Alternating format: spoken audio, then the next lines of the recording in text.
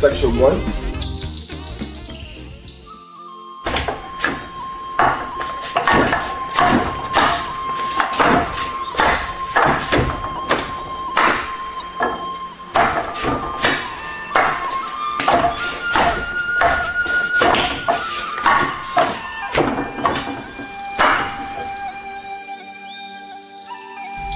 Sam is going to help us to demonstrate section 1. I'm going to explain technique by technique. Okay, the opening with the proper distance. Zong sao, palm strike, lap gang sao, bong, han da, gan zam sao with a leg check, quan sao, bong, han da with a leg check, gan zam sao, yun, jut and palm. Double jut and double toss out. This is the beginning of a Zong first technique. The first most important angle is center line. If I don't have my own center and don't have full energy, then I might have to use extra motions. I might be doing things like moving around. Okay? So this first technique allows us to express the most direct, most simple way for Wing Chun applications. Center line. The next move, palm strike and neck pull. As I mentioned before, it could be application from inside or outside. For example, inside, lap gang sao, or it really depends on applications. What is the inside and the outside hand? So the important part on this combination is having the full energy, establish a proper structure, which is really one of the nature of the Zong. So when you practice, you need to focus the energy going back to the center. Then palm strike. The energy going back to the center. Then palm strike. Pull. Now this is detail on the angles. The first technique is Zong sao. It's the ability to engage your opponent with the best angle and the right energy. So I totally occupy his center. This is the second move. Or the lap gang sao.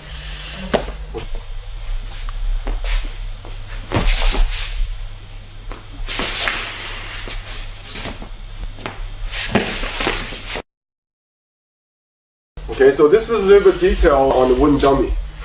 After we do the palm, when you occupy the center, when you pull, mistake could be that you might be pulling in. You have to redirect him. So then you have the right angle. So that's why you have the sequence lap gang sao here. The next movement is the bong tan da. So again, if James will punch me, this is outside bong sao. Next one, if he coming from this side, which means he have to travel longer distance, and I will use the same hand which is closer to engaging. But this time, again, I can control his upper gate, middle gate, and lower gate. Okay, if you want to watch that again. Upper gate, strike to the middle gate, and my footwork is to control his lower gate. So I totally have his center line.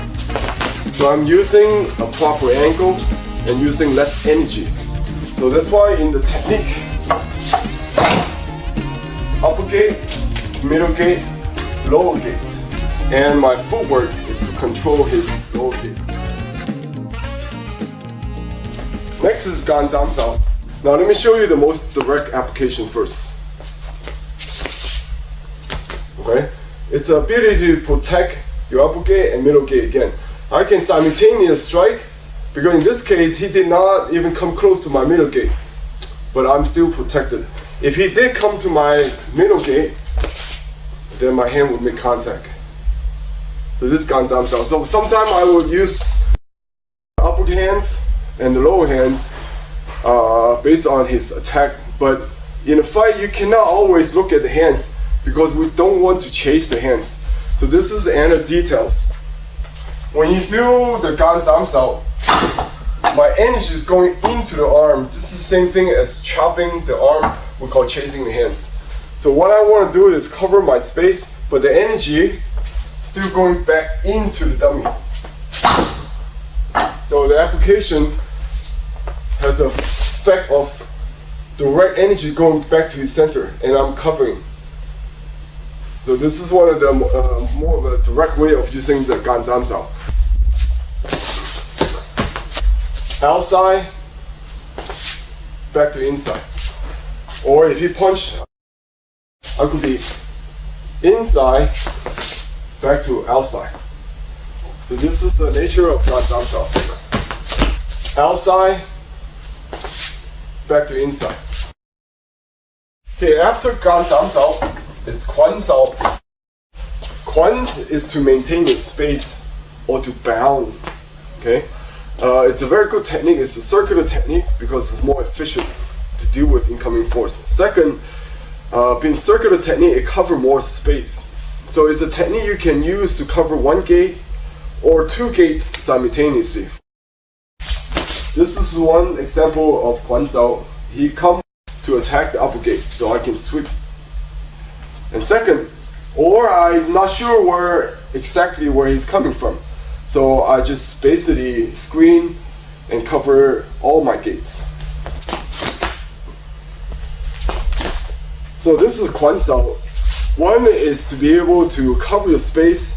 So in this case, I cover my upper gate, middle gate, and actually I hit him with the lower gate. So all my three gates is occupied. Another purpose of quan sao is have a sense of be able to capture your opponent's arm. Okay? Allow me to quickly trap the hands because you cannot catch somebody's hands with just one hand. So you see, quan sao idea is to be able to sweep your own gate, cover your own space, efficiently redirect the energy being a circular motion. Now you notice the angles. This express, if I stand over here, actually this arm already hit me. So for details, you need to know that this is a real attack. Your body has to be out of the way. So this is detail. This attack is out of the way. Out of the way. So if I do right here, in essence, if this is a real kick, it still got me. The next move is the same. Quan, then Handa. So I'd like to talk a little bit detail on the legs. Again, punch. So this leg serves the purpose of occupying the low gate. In this case, his center is open. Now I can do a lot of things. I can kick him, I can knee him. If he has the other foot out, this acts as a control. Now my foot is inside. Okay, or I get a better angle. So this is important. That's why when we practice this part, the legs are maintaining contact. Same movement. The last sequence is a Hun sao. Sometimes Hun sao we can use one hand first. From inside, I need to go to outside. Okay? So in this sequence, we train the hands to learn how to flow simultaneously. So if you want to see the exact movement, so from inside to outside. Hun, if he punch again, jut. So jut. So from inside to outside. So you can see this section 1, a lot of basic technique. Now you can really appreciate the dummy because you really get to see the different angles. In a real attack, I cannot always just stand toe to toe with him. I want to capture an angle. Okay? I want to be able to take his facing away. The center line, the facing, is what we learn in Sidentao. The footwork from Chung, and then the explosive energy of Buji, all combined. Section 1.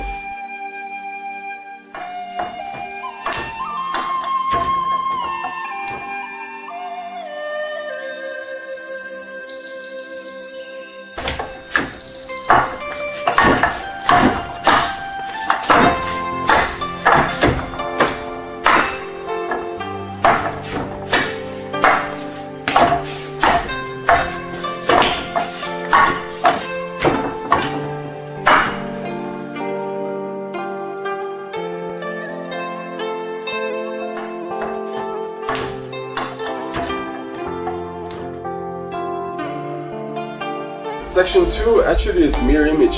One is left side, one is right side.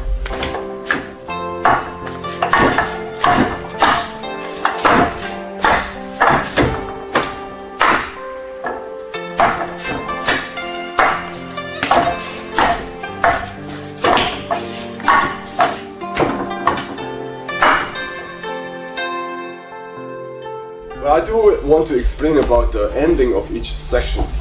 Double jut and double toss out. This normally is when your hands is already engaged, when you're already making contact. That's why in Chi-sao, right away, as soon as I feel his energy is hard, if he comes in, then I can jut. This is what we call loi lao concept. Okay? Or if his energy is stiff, I can send him off also.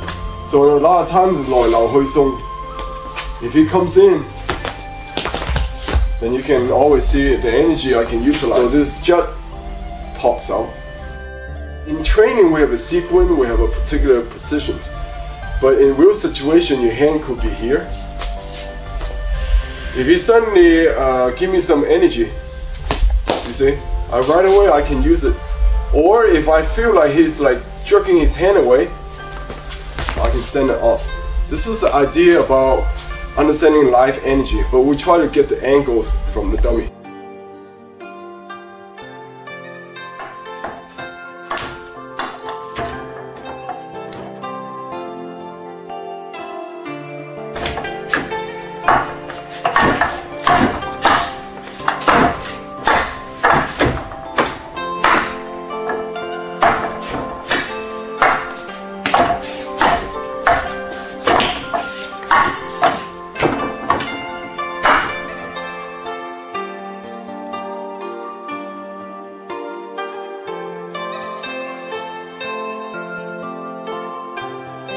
Section 3.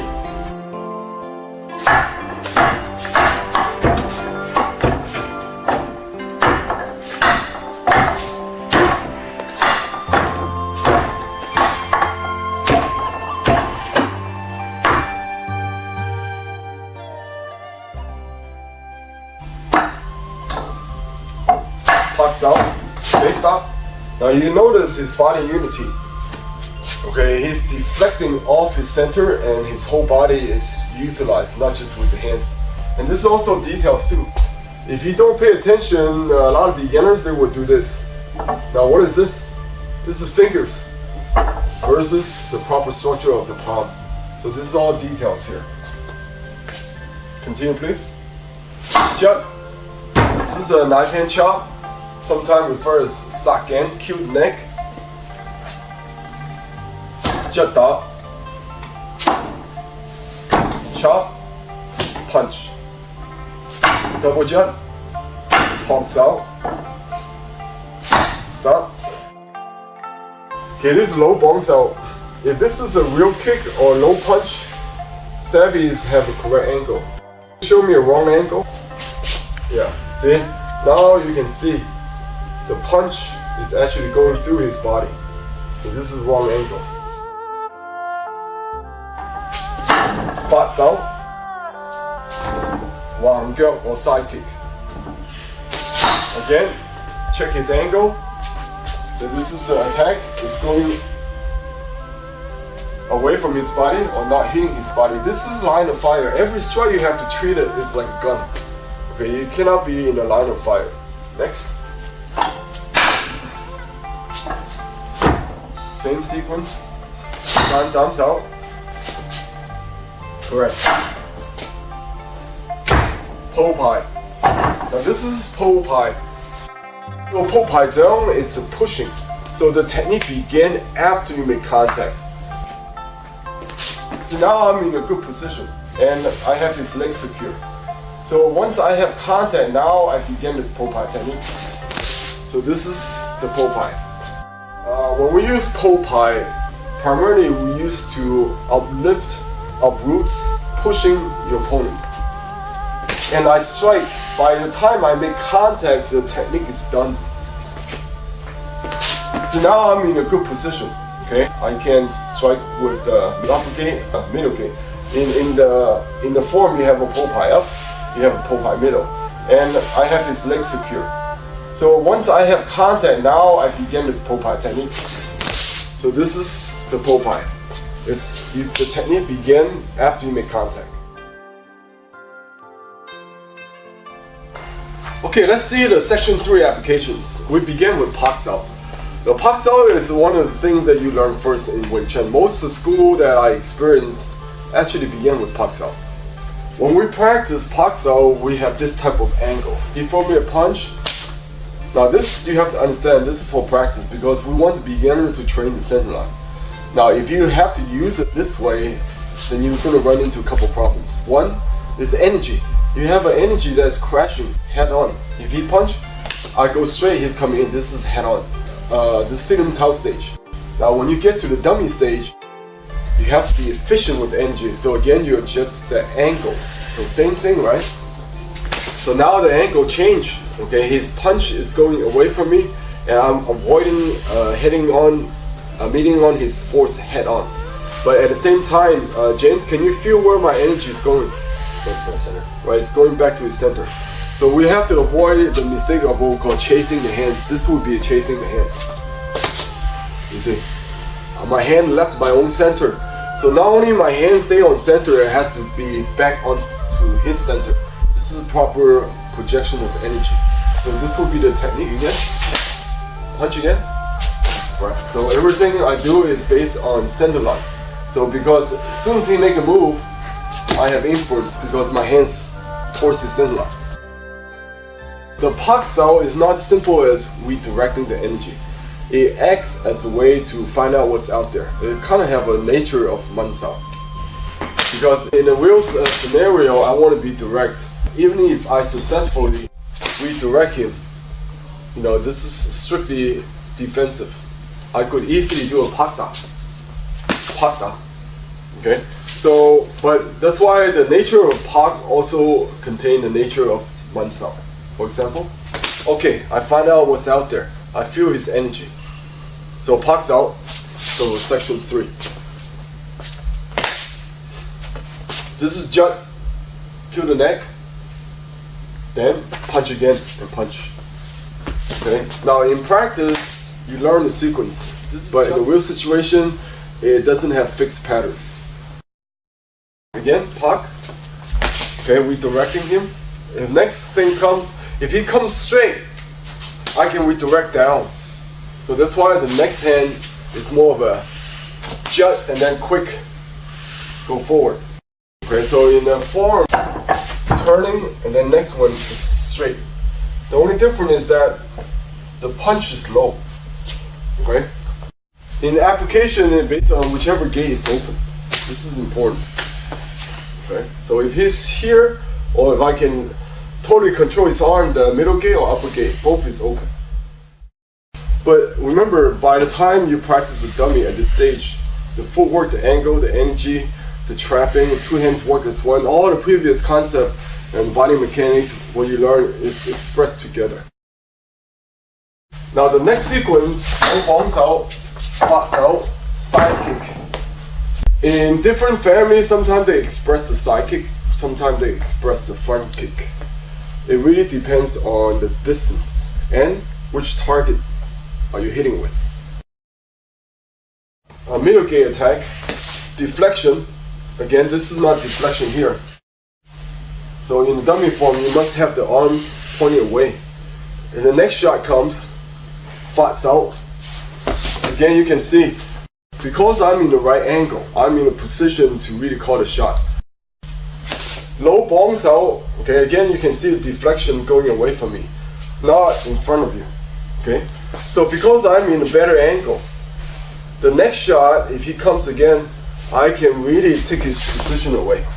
Okay, now because I have a better position, I can follow up. This is called combination, or sometimes referred as Fan Sao. This is one of the ways that allow us to follow up. We have to know when to follow up, when not to hit. Okay, now you see where he's at now. At this distance, what would be the natural extension of my technique? Side kick. Okay, let's watch from the other angle. If I really take his balance away, my next follow-up will be a side kick. This is a perfect angle for me to finish him. Okay. By the way, side kick is the longest technique that we have in Wing Chun, but we don't go outside of the 6th gate, and we don't try to miss the efficiency factor. So even if he's far away, I still have to continue and recover my 6th gate. Now, if he's close, just here, if he backs away, then the quickest kick I have is a front kick. Here, center line. This is all based on applications. So again, you cannot say this is the only way to practice dummy. So if you see a school that teaches this way,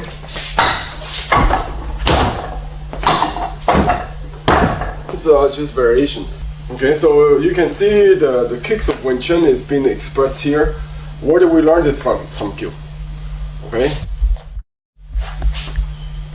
You can do front kick. You can do side kick. Okay. Flexibility it's in applications. Now after this sequence, you go to Popeye. Low, you sink. High. Sink. High. Again, okay, you cannot Popeye somebody this way. If he does that to me, he's open. This is not a right angle. Okay? So in application, as I demonstrated earlier with Savvy, you can see the angles of this is here. Can you push me, James? You cannot. I can push you. Okay? It's a good technique because you really have control of the center, especially if you go to upper gate. Now if the head goes, guess what happened to the center line? The center line also goes too.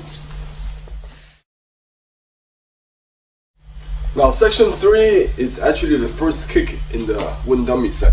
The concept behind the section 3 kicks is really back down to the Silimtao concept of facing again. Based on the distance, I can use side kick. If I'm from here, then side kick is not possible because I have to turn and the distance too close. Because front kick would be correct. So again, this is a Silimtao concept of facing.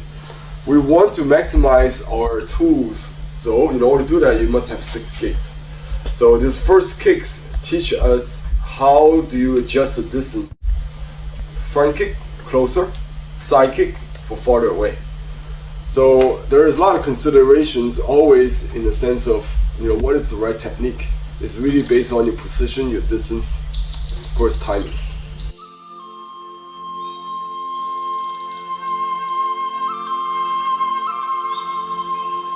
Section 3.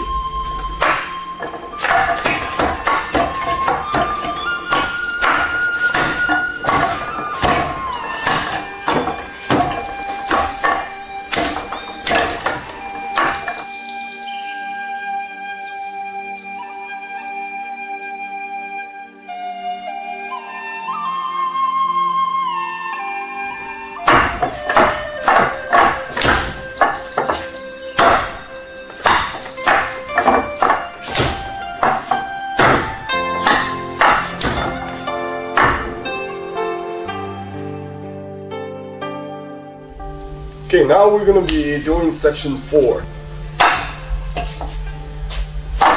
Hyun Sao, Hyun Sao, Hyun Sao, jump and palm.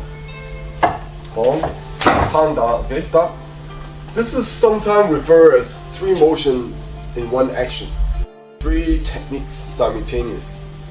Wing Chun we have save time. Sometimes you have to have simultaneous defense and offense. You look at here. Here we have a defense, but you have an offense here and offense here. Ganzam, Hyun, Hyun, Hyun. Jut and low palm. Palm. Same thing. Ganzam, Hyun. Finish. Okay, now in this section, this is the second series of the Wing Chun kicks in the dummy. Section 3 we have a side kick after fast up. Now here we have a low stomp kick. The stomping kick in Wing Chun is quite unique because the energy of course going towards the center, but it's also going downwards. Section 4 begin with series of Huns out. As I explained before, Hun you can do with one hand. In this particular section is two hands. You have to pay attention to the angle. You notice that my arms are touching his forearm. This is control. If I don't have this, or I just control this part here, then actually there's nothing stopping him to strike me. So the angle of this arm you must have, because now I do have a slight hand control. If he make a move, yeah, I'm right there. Or even this hand, I have more control. You gotta be able to control the arm. If you Kwan here and then strike, you see the big space I'm open right here, or you can come in here. Okay, so a little bit more detail. The angle is still same, okay? You don't want to do this. Punch, straight. This is not good. This is still open. He can use this hand to attack, okay? And then it comes again with this hand. So again, the angle you must have good with control. So next move is the jut, punch. Follow with this sequence, you have the second kick. Now I like to explain about the what we call stomping type of kick. In kicking you have what we call like, just like a snap, okay? Or sometimes you have like a push. Or this one's like a push but it's downward, as though you're stomping on something. In practice, you could apply this angle straight. Let's say he comes in, this will be a straight. It probably would not stop his attack right away, but this gives you concept of what we call mo yin ge. In Southern Shaolin, our kicks are low, called no shadow kicks. But the angle to use it, okay, it could be straight. So if James come with a punch, okay, he have to step in. So this will be more of a distraction or interception, or even against a kick.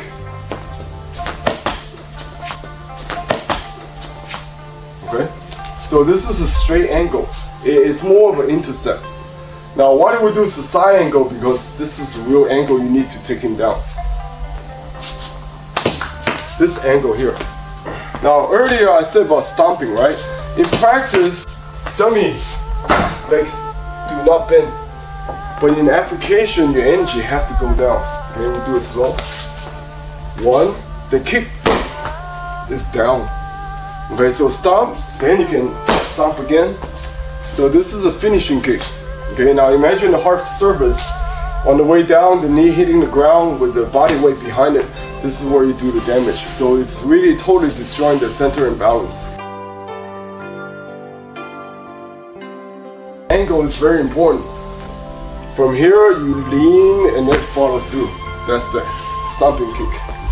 This is so there you can see there's two angles right now. The front, then the side.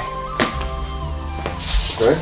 So sometimes I could be using different foot, one, then two. You see the way we apply is simultaneously with two hands and foot. This is a progression of skill we try to express. From single movement to two movements, then combine them. That's hot. Then I punch. This is for training. For real practice, then you don't have the time to do that, because if he throws a 1-2 at me, then we both hit. Yes. So because I'm throwing a 2 beat. So that's why when Chung say, okay, well, if I need to protect me, I'm gonna hit. Best defense is offense, and best offense need a strong defense. So sometimes we do simultaneous. You cannot do it 1, 2, 3. This is not for application. For application, you have the angles, same time. Then you finish him on the ground. 3 motions in one. If you need to move with one motion, this is the best way. Straight angle, this is the most simple way. This is always the Wing Chun principle. Simple, direct. Okay, I'd like to add a little bit on the energy part. A lot of time in Wing Chun, we like to redirect a larger force. We have a lot of beginners, they tend to shift their center. This is incorrect. And in essence, this is not redirecting, I'm running away. If I catch him and as I'm redirecting, I'm running away, what is wrong with that? But in a real fight, his energy is going to have to come in. Maybe his technique's finished, but the momentum is still there. So if I shift my center, the situation is going to be probably like this. Okay, this is moving away. Okay, so a lot of time when we don't have a good balance, it's because we shift our weight. Watch again. This is not deflecting. This is moving away. So you have to make sure your center is balanced, and then what is moving is the incoming energy. So you see now his energy is really going away from me, and this is called redirection. So in the dummy, we have to show this proper energy. Make sure it's being redirected here, and then redirect it. Redirect it. That's why you cannot do this. Where you gotta have the proper angle, and then the energy is being redirected away from you.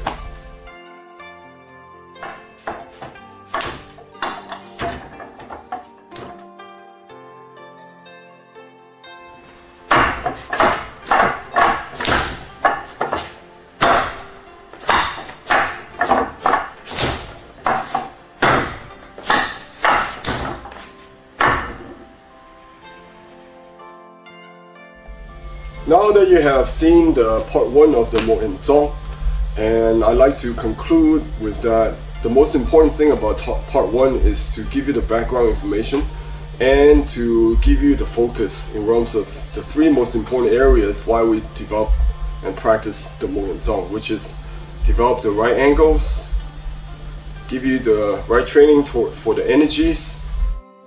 When you combine those two, they allow you to have a superior position, which allow you to have follow-up hands combinations. And ultimately, the objective is to be able to apply our Kung Fu. This is for applications. So be cautious about developing too many drills that is fixed